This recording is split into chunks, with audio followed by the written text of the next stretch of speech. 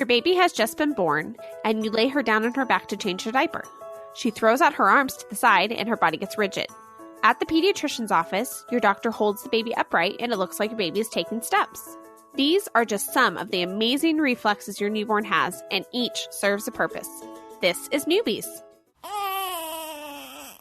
He's gorgeous. It's a girl. Surprise! The whole family's here! So when are you having the next one? It's just poop. Ready for another? Wow, you look really tired. Ready to go back to work? Yellow poop? Seriously? Did you sterilize this? Sex? Now? You've got to be joking. You should sleep when the baby sleeps. She doesn't look anything like you. I thought you already had your baby. I did. Babies don't come with instructions, so there's Newbies, helping new moms and new babies through the first year. Welcome to Newbies. Newbies is your online, on-the-go support group guiding new mothers through their baby's first year. I'm your host, Kristen Stratton, certified birth doula, postpartum doula, and owner of In-Due Season Doula Services. How do you listen to our episodes of Newbies? On our website, through iTunes, via our free apps, or perhaps through our partner websites such as Spreaker, Stitcher, TuneIn, and others. All of our episodes are absolutely free to our listeners. For a complete list of all the episodes we've released so far, visit the episode guide on our website at newmommymedia.com. Here's Sunny with details about how to participate in our show.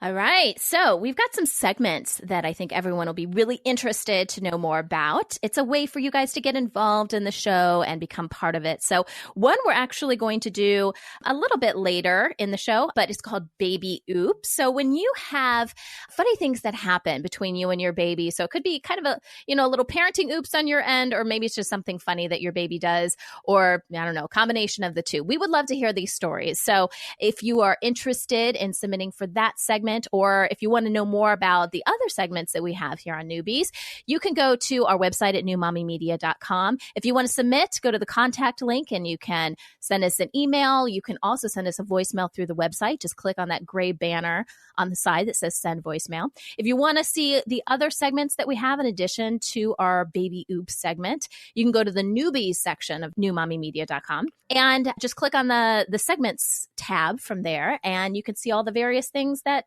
you can do. We are always looking for ideas, topics that we can explore on Newbies too. So if you are thinking that there's a topic that we haven't explored yet, it's still a fairly new show, so there's a bunch of topics I'm sure that are out there. So if you're listening, you're like, hey, I have a really good idea. Again, go to our website and send us an email, and we'll have our producers take a look at it and see if it's something we can explore. Let's meet the mamas joining our conversation today. Graham, tell us a bit about yourself, your family, and your experience with today's topic. Hi, I'm Graham, and I have 2 kids. My son is almost 3 years old, and my daughter Rory is just 5 months. I don't remember that much of his newborn time, because it feels like it was 50 years ago instead of 3 years ago, probably because of the 5-month-old. But all of her stuff is very fresh in my mind. Yeah, I remember all of that, and I have some questions still, so I'm ready. Great. Well, welcome to the show.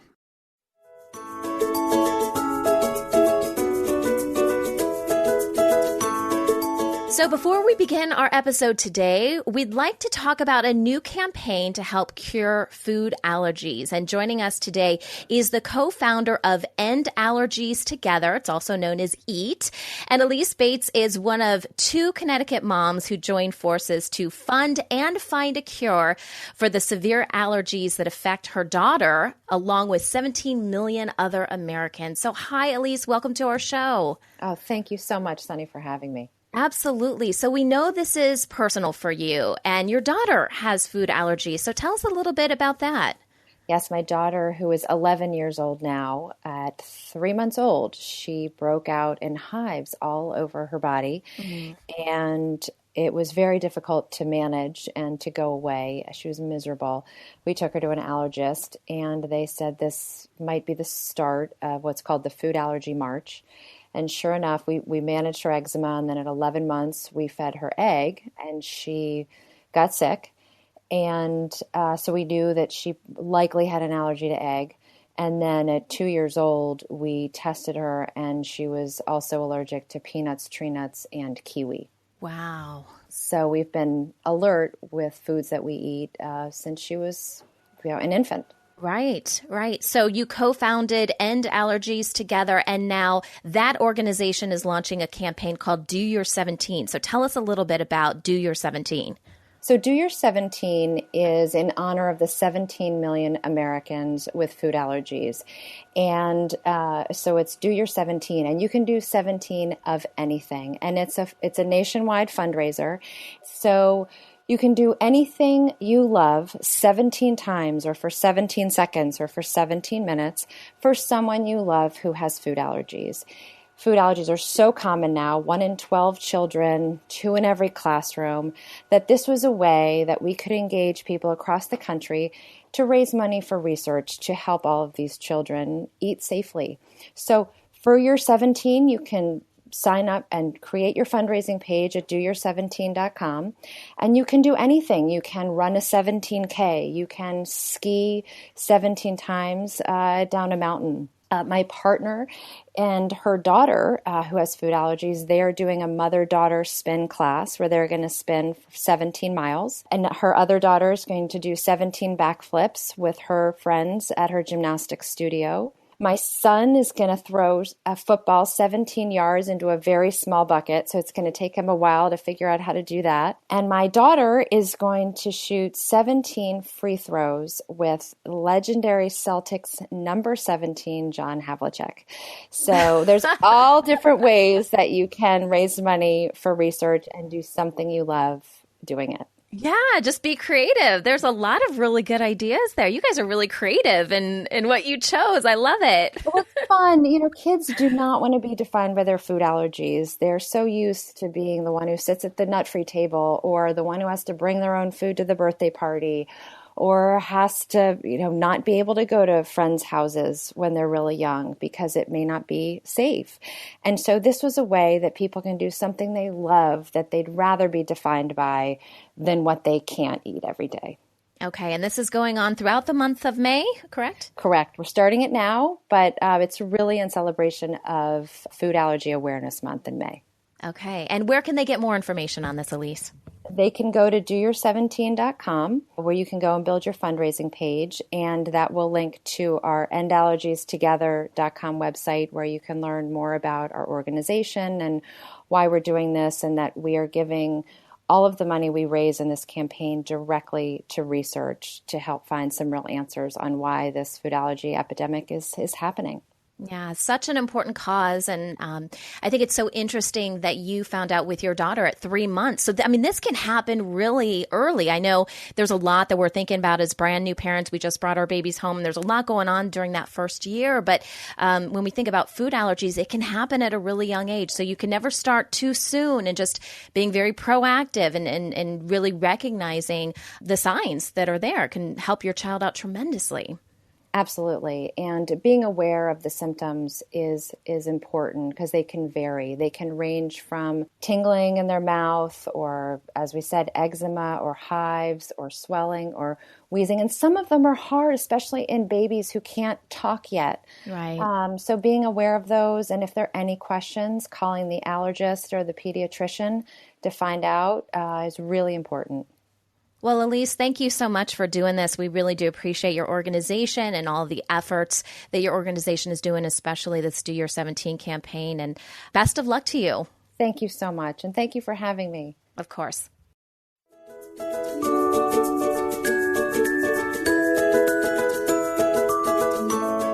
Today on Newbies, we're discussing the infant reflexes, what purpose they serve, and when your baby may outgrow them. Our expert today is newborn care educator, DONA certified birth and postpartum doula, Jen Graham. Thanks for joining us, Jen, and welcome to the show. Thank you. I'm glad to be here. Jen, let's start with the reflexes baby has right at birth. What is the moro reflex, and what are pediatricians looking for when they test for it?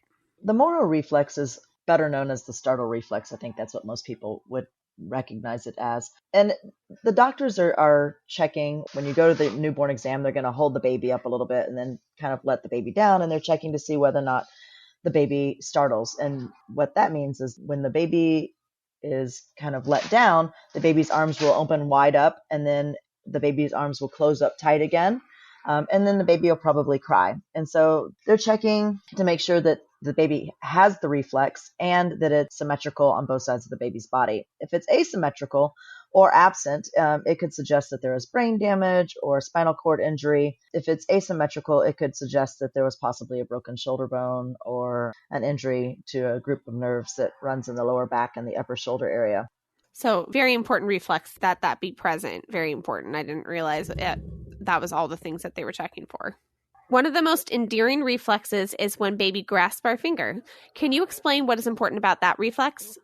That's the palmar grasp reflex. It appears as early as like 16 weeks in utero and usually integrates during the second or third month of life. It's essential for fine motor skills and the ability to recognize an object by feel and sensory input. Failure of the palmar reflex to appropriately integrate as the baby gets older has been witnessed among children with difficulty writing and expressing thoughts. So it should go away within the first few months of life. And if it doesn't, then that can signal that there's an issue. And what is the importance of the auto walking reflex? And does this have any significance in regards to when baby will walk? Yeah, so the stepping reflex is one of the lesser known reflexes, but luckily we have that with our babies. It usually disappears after about 2 months, and then babies don't gain that reflex back again until they're getting ready to learn to walk. The reason that happens is as babies grow heavier, their leg muscles have not built up enough strength to hold up their bodies. But research shows that if you actually put a baby in water after it's lost its reflex, it will still continue to kick and attempt to walk in water.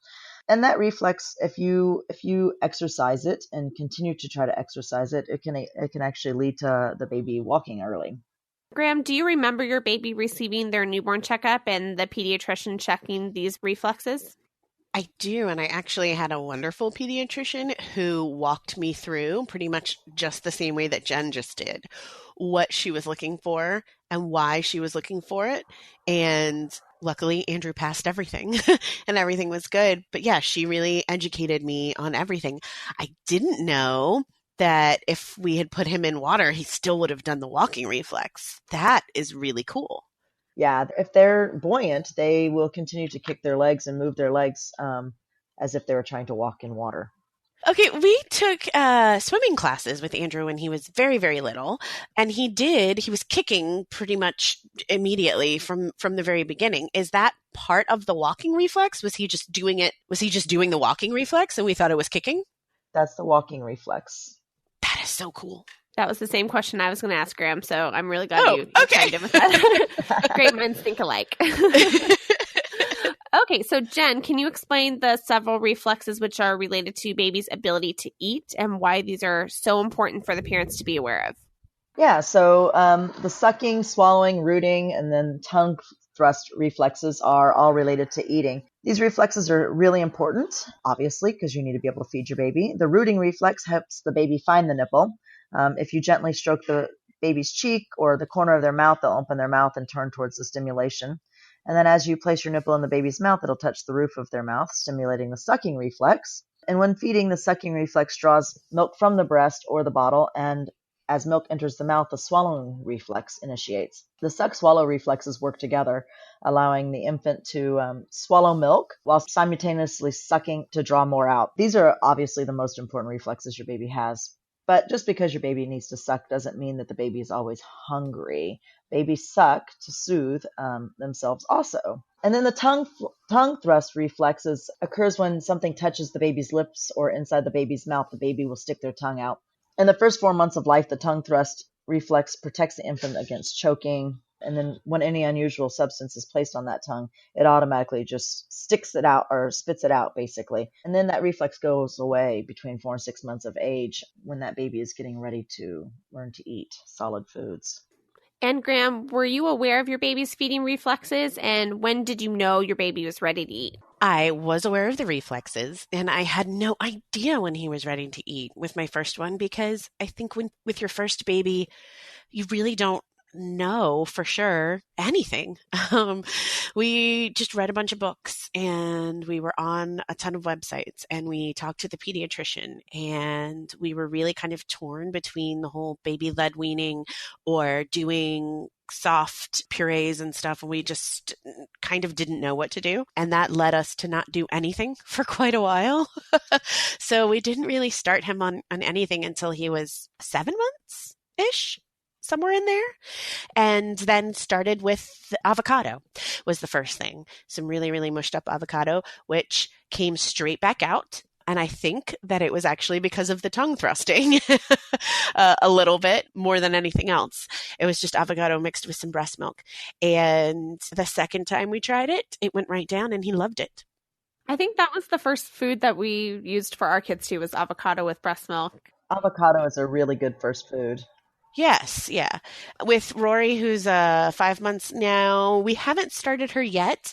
I felt like I wanted to wait until she could sit up a little bit better on her own. I don't know why, but that was my kind of gut instinct.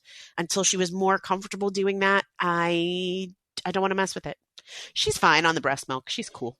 Well, that's great. Yeah, I think we did the same thing. And I think when they were first, like you said, you read the books, but you're still like, I don't know what to do with this thing. So I think like the early hunger cues are really subtle. And if you don't know what they are, you don't know to look for them, then usually the first indicator that parents are aware of is either the rooting reflex, because, you hold your baby near the breast and they're immediately turning their head, or some people just think that babies cry when they're hungry, which now we know that there's so much more information they give us way before they ever escalate to crying, to let us know that they are ready to eat. So I think that rooting reflex is one of the more obvious ones, and it's a really good one to be attuned to so that you can feed your baby sooner.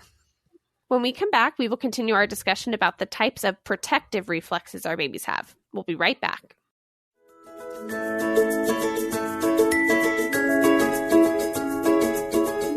Welcome back to the show. We are talking with Jen Graham, newborn care educator and certified postpartum doula. Jen, what are some of the reflexes baby has which protect baby? The baby has a coughing reflex, so that if something is in the airway, the baby will cough so that they won't choke. They have a sneezing reflex, so when the nasal passages are irritated, they will sneeze. They also will turn their head away from something if they are unable to breathe. So if your baby is nursing and the baby is too squished or something, the baby will move its head away so that it can continue to breathe. And then there's also a little reflex that if you were to lay something like a light blanket on the baby's face, the baby will actually put their hands up by their face to try to move the blanket away so that it can continue to breathe well. These kids are so smart. They are very smart babies. Those are really important reflexes to have. And what reflexes does baby have when placed on his tummy, and why is that important? When you place your baby on their tummy, they're going to pull their legs up under their body and kick them out in a crawling motion. In fact, when newborn babies are placed on their mother's stomach, they're able to crawl right after birth. When they're placed on their mother's stomach right after birth, they're able to crawl up to their mother's breast and start sucking. The crawling reflex, unfortunately, disappears after a few weeks, and then they will no longer be able to do that crawling. That is the coolest thing. I would love to see that in person someday. Actually, Rory did that, and it was amazing. It was absolutely amazing. She just looked like a little froggy. Okay, so when baby gets a shot or a blood test, they pull their limb away. Is this also a protective reflex? Yeah, that's called the withdrawal reflex. It's their normal reaction to pain. It's actually one of the reflexes that we continue to keep throughout our lives. When we feel pain, our natural reaction is to withdraw from it. So they have that from birth. Yeah, I don't think anyone likes to get poked with stuff. Yeah, probably not, no. No. And hiccups. Parents are frequently concerned their baby is uncomfortable by frequent hiccuping. Does this really bother baby, or is it just bothering us? The hiccups don't really bother babies. In fact, the baby's probably been hiccuping since the second trimester of pregnancy. Hiccups most often happen after the baby's got a full belly, and it's just a spasm of the diaphragm, and there's really no need to worry about it or try to cure them. They just go away in time. Thank you. Thank you. Okay. I would really like to just record that one little sentence that Jen said and send it to my mom, because my daughter hiccups constantly, and my mom is always like, oh, my poor baby. And I'm going, she's fine. She's not even, she's been doing it since she was inside me. I could feel them when I was pregnant with her. Right. So I'm really used to it. She's really used to it. The only one who is bothered by it is my mom. Yeah. Well, I mean, because, when we have hiccups, we feel uncomfortable, but babies just really, their little systems are just not completely developed yet. So they tend to get hiccups a lot, and it doesn't really affect them at all. I mean, babies will sleep with hiccups. We certainly couldn't do that, but babies can. Can I give you my mom's phone number, Jen? Yes, I'll call your mom. Thank you. Thank you very much. She's also a postpartum doula for grandmas. We serve the whole family. Right? I appreciate that. Okay. Mothers are wonderful sometimes. Yes. And what about when babies become more mobile? Are there any reflexes which do develop that are also protective? Yeah, there are a few. The parachute reflex, which occurs in slightly older infants, is when the child's being held upright and the baby's body is rotated quickly to face forward as if they were falling. The baby will extend their arms forward to break the fall. And even this reflex actually even appears long before they start to walk, but it's very helpful when they begin walking because, as you know, toddlers tend to fall a lot, and so they catch themselves. There's also the, and it's very hard for me to pronounce the name of this one, but it's the labyrinthine righting reflex, which is if you hold the infant upright position and then tilt them in some direction, the baby will respond by moving their head in the opposite direction of the body and attempt to maintain that upright posture. So they're just basically trying to keep themselves balanced. And that's up to about 12 months. And then the pull-up reflex, if you put your hands on the baby's hands and you put the baby into an upright sitting position and tip either backward or forward while you're holding their hands, they'll respond by flexing or extending their arms in an effort to maintain that upright posture because they're trying to pull themselves up, basically. And Jen, you did mention when some of the reflexes go away, but for the most part, all the reflexes that we discussed, are those outgrown by the time baby's 1 year old, or what's the average time frame for most of those reflexes to go away? So yeah, babies do outgrow some of the reflexes. The startle reflex, they outgrow around 4 to 5 months old. The rooting reflex, about 3 to 4 months old. And by that time, they don't really need to root anymore because they are very capable of finding a breast without having to root for it. That stepping reflex, around 3 to 4 months old. The grasp reflex, between 6 and 12 months. But all these reflexes, other than the ones that they develop as they grow older, are usually gone within that first year. And Graham, I think we develop faster reflexes when we have children. Do you recall a time when you were quick to react more than you had been before children? Every single day. There's not like a specific time. I am just, I'm super fast now. I feel like I should have a cape and maybe some like cool armbands or something because I really am Wonder Woman.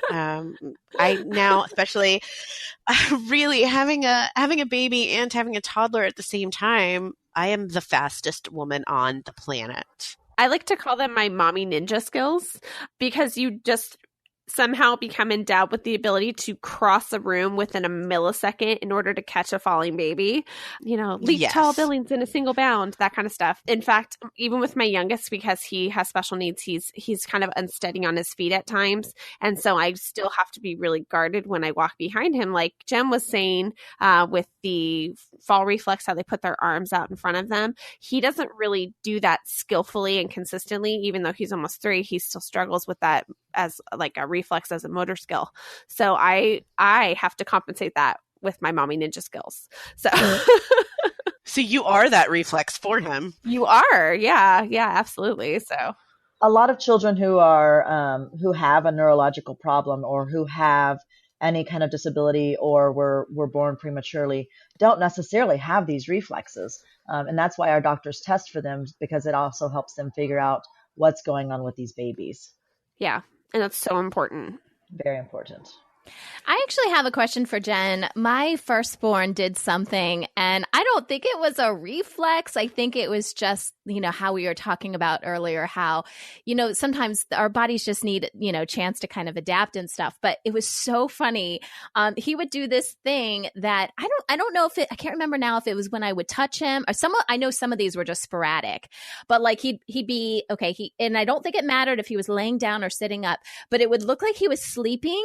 And then all of a sudden his arms would come out in like major jazz hands, and his eyes would open. Yes, that's that moro reflex. It's the startle one where they fling their arms open really wide. Okay. And that goes away after a few months, but that's why it's really good to swaddle newborn babies when they're trying to sleep, because they do startle with like loud noises or a change in the temperature in the room or just because for no reason. So if you wrap their arms when they're sleeping, then when they startle, they don't shoot out like jazz hands. I thought he was dancing. I mean, really. Right? No, but baby jazz hands are pretty know. pretty awesome. Baby jazz hands. And then I never had it with my other kids that I noticed. That was not an issue. So is it possible that it can happen with one kid and obviously not other kids, right? Well, some babies do startle more than others. Your other children probably still had this startle reflex that if they were feeling like they were falling or something scared them, that they would shoot out their jazz hands. But some babies do startle more than other babies. You forever changed that reflex for me, Sunny. Now I'm calling it the jazz hand reflex. Yeah, I'm just thinking of like I need a top hat and like some A cane? Yeah. Like a cane to walk with? And... channeling my Bob Fosse. That's funny. So I'm gonna rename that the Bob Fosse reflex. Oh my goodness. Well, thank you so much, Jen, and our wonderful parent, Graham. It's so nice to have you on the show every time. Thanks for joining us today in our discussion about your baby's reflexes. And for our Newbies Club members, our conversation will continue after the end of the show, as Jen will explain what an APGAR score is and how these reflexes are evaluated as part of the score. And for more information about the Newbies Club, please visit our website at newmommymedia.com.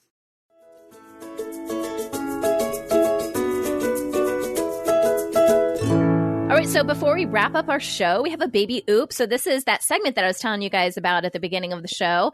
And this one comes from Julie, and she posted this on Facebook, and I thought it was pretty funny. She says, I have a baby oops that was not so funny at the time. When my son was 4 months old, I was working, and my husband was watching my son.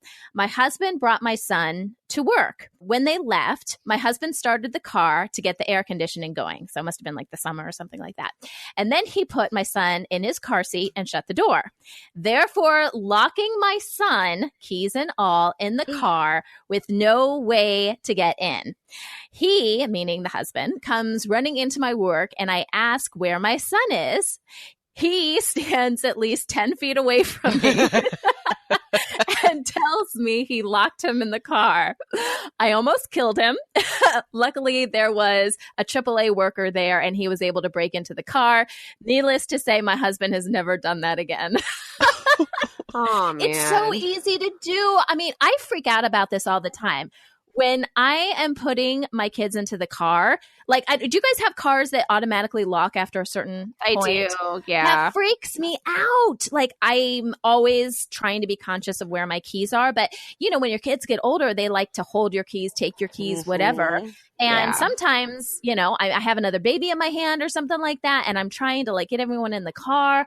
And my worst fear is that those automatic locks are going to happen, and I'm not going to have a door open or something like that. And there are my kids. And now, thank goodness, now I at least have my 5-year-old. He's about to turn 6 this summer. So he knows better now, and he can probably unlock it and do whatever. But I still totally freaks me out.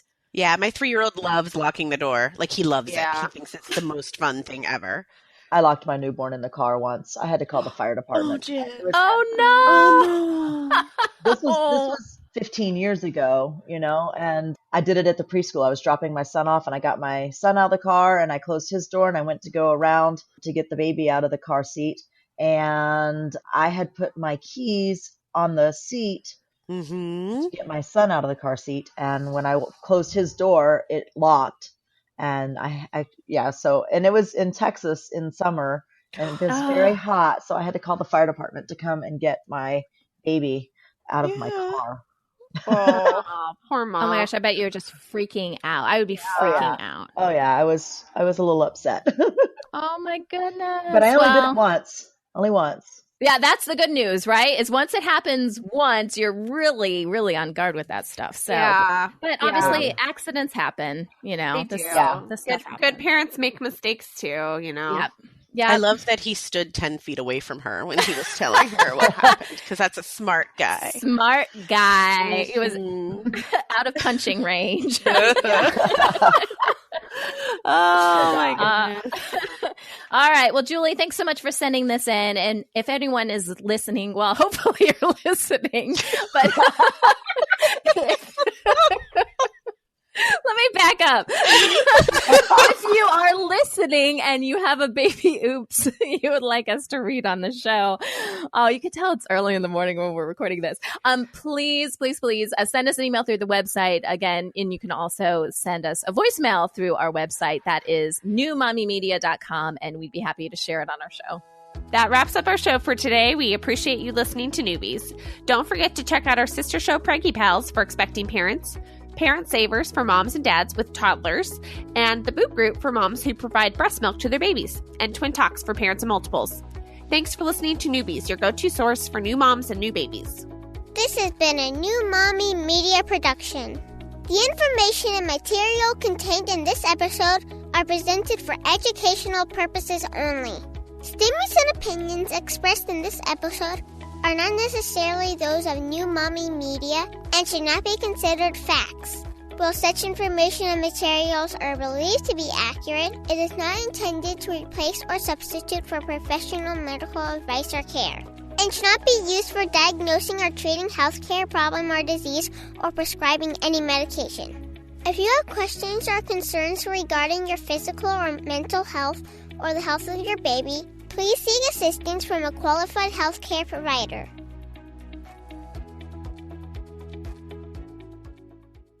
Hey mamas, don't forget to check out Mighty Moms. It's our online community built for new moms just like you. Not only can you connect with other moms, but you can also join us backstage for special mom-only online events. And you'll also be notified when we're recording so you can join us as a special guest. Visit our website, newmommymedia.com, and click on the Mighty Moms banner. It's free. That's newmommymedia.com. See you there.